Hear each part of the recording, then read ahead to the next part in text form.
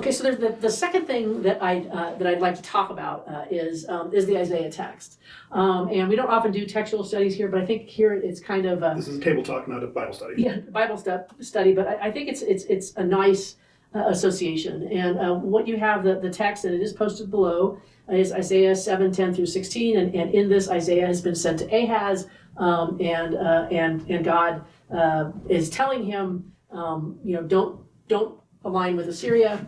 Ahaz is, well, I don't know if I can trust you, God. And God says, tell me a sign, I'll give you a sign. And Ahaz says, oh, I don't want to tempt you.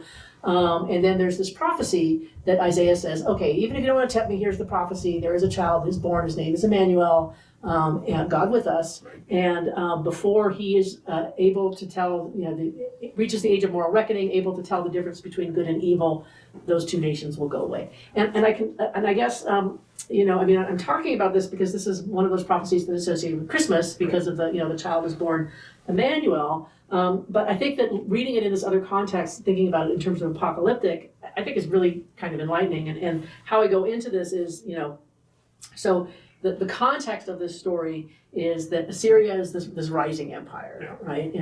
And they are just really successful. They're going through and they're taking over nation state after, it's not city state after city state and all these regions. And one after another, these various, I'll call them nations, these various nations sort of surrender. I mean, basically it's like surrender, die. And they become tributary states. Yes, and they become tributary states, and that means that they basically get to do what they want, but they send a bunch of money to Assyria all the time. So you're sending all your money to Assyria, bad things happen. Assyria has no obligation to you other than not to kill you. No. Right? So this is the way Assyria becomes this empire, is basically by saying, give us money and we won't attack you. Yeah. And so and it works. It really is a surrender or die because Assyria is massing this larger and larger and larger army. Meanwhile, Aram, which is Syria, not Assyria, Aram and Israel have formed this coalition against Assyria. Israel being northern kingdom. Yes, yeah. I would be specific because it has its southern kingdom. It's Judah, the southern kingdom. So the Assyria and the northern kingdom of Israel have decided to form a coalition so that they can say no to Assyria when they make the demands. But the problem is, and in the text, and this is earlier than the text that I read, when this coalition is formed, there is panic in the heart of Ahaz, and the heart of his people shook like trees of the forest before the wind, which is, just look up, you see how much shaking that is, right? Yeah, we know, especially here in Weedland. Yes. So it's shaking like leaves in the wind. I mean, they're terrified, and it's like... You always make good decisions when you're terrified. Yeah. So why would this coalition have terrified them? And the reason it terrifies them is because Judah is sort of strategically located, and so basically they say to Judah, surrender or die. And because Aram-Damascus and the northern kingdom of Israel have delivered this threat to the southern kingdom. And basically they just want to they want to kick Ahaz out and put in a puppet king that will do with Judah whatever. I'm sorry, I'm getting all the names mixed up because it's like a Russian novel. They all have three. So anyway, so this is this terrifying choice that when Ahaz comes into the story here, when he meets Isaiah, this is where Ahaz is, right? He's stuck between a rock and a hard, or Assyria and a hard place, right? So he can either become a vassal state to Assyria or a vassal state to Judah and Syria. And so, so either way, it's an apocalypse. Yeah. Right. Either way, it's something bad is happening to him. The end of the world. And these are the two kings that he's talking about here in the reading we actually have. Yes. Yeah. Well, and that's So this is when Isaiah comes up, and it's sort of interesting because in this, and again, this is in the text immediately before this. God sends him to go meet Ahaz, and where he goes is the conduit of the upper pool.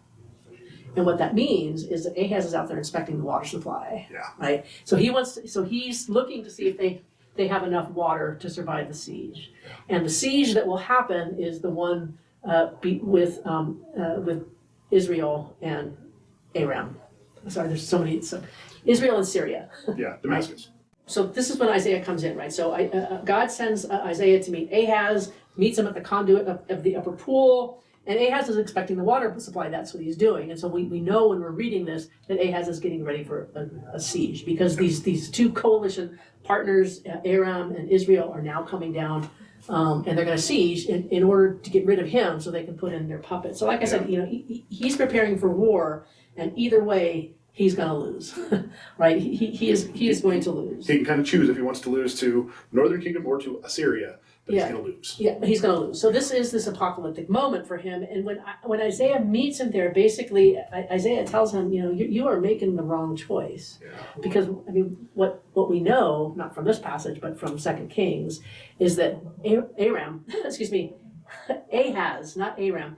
Ahaz has already made his choice. He has sent messengers to Assyria and said, I'll pay my dues. And Happy to ally with you guys because you're at the very least you won't kick me out. Yeah, you won't kick me out. So he's doing old world thinking. Yeah. And so we know that he's already made that choice, which is why he wants to protect himself from the siege, right? Yeah. And again, so Isaiah says this is old world king. This is old world thinking, and as you mentioned, Ahaz is like, he's protect yourself, make alliances, right? Do whatever it takes to survive. Built off of that fear. Yes. That, as you said, he quakes like the trees. Quakes like the tree. Yeah. So he's thinking, save myself. Yeah. Right. And Isaiah's like, you're making the wrong choice, and you're making the wrong choice because you are choosing something that is so insignificant, which is this world. Yeah. And this is where this this prophecy, right? A young woman is with child and she'll bear a son and she'll name him Emmanuel. He shall eat curds and honey by the time he knows how to refuse the evil and choose the good. For before the child knows how to refuse the evil and choose the good, the land before whose two kings you are in dread will be deserted. So what he's saying in this text, and I think this is actually far more profound than kind of just, this is Jesus thing, is that what he's saying is you are choosing this world solution, but you want to know something? This world isn't even going to last long enough for a toddler. Yeah. Right? The child that's born today will, and when he says, reach that age of moral reckoning where, he's 2 years old. He doesn't know any better. He's 4 years old. He should know better, right? So sometime between Somewhere 2 and 4, right? So sometime between 2 and 4. So in a couple of years, those kings are going to be nothing, and you will have chosen to respond to nothing instead of trusting God. And this is really in line with all of those visions that Isaiah has had up till now. And I think that what's kind of powerful in it, sort of thinking about this as a prophecy of Christians, Matthew kind of picks up on this. He does. He actually quotes it. Yes. And Matthew, so just to finish with Ahaz, Ahaz makes, I'm not going to test God. That's not what he's doing. He's already made his decision. I've already chosen this world. I don't need to care whatever you're going to have to tell me. I've already figured this out. I'm trying to be nice here, God. Yeah. And I'd rather be pious than be ignored. And because he's a Quisling. But this is the central. Sorry. Just didn't expect the term. It's not inaccurate, but I did not expect the term. It's that makes it the perfect term.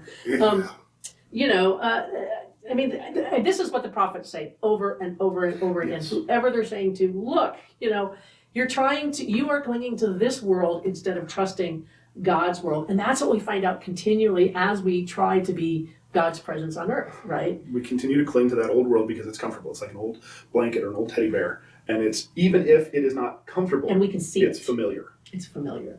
And we can see it. Better the devil you know. Yeah. And I think this is,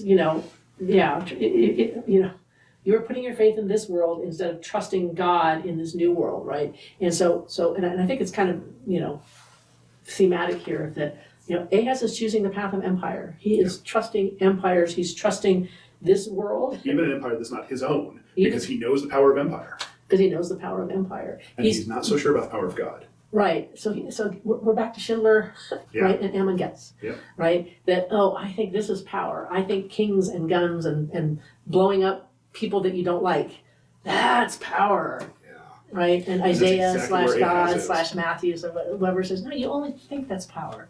But those things, and this is, we all have our apocalyptic moments, right? And I think American politics right now feels particularly apocalyptic to me. And I think this is, and this is what I constantly, left or right, I don't care what apocalyptic words are coming out of someone's mouth. My response is always the same, and it's kind of Isaiah, this doesn't matter. This is not the permanent thing. This is not the permanent thing. I mean, the thing that matters, is taking care of your neighbor, being kind, all of these other things. This stuff out here, this empire stuff, this violent stuff, this power over stuff, this I'm going to ram the law down your throat because I can, Yeah. is, this is all. Old world, power over, I'm in charge and you're not. Yes. So I So that you really fell down a rabbit hole with Ahaz here. I did fall down the rabbit hole, but I think part of it is that when Matthew picks up this theme, Yeah. I think Matthew is picking it up and he's showing it, for a reason. And I think part of the reason he's showing is that now maybe we're back to Joseph, Okay. right? That when you think Ahaz chose wrong, Isaiah was right, but it's even deeper than that because it's not this empire or that empire or whatever. However far you think you've taken this new world, it's not far enough. Yeah.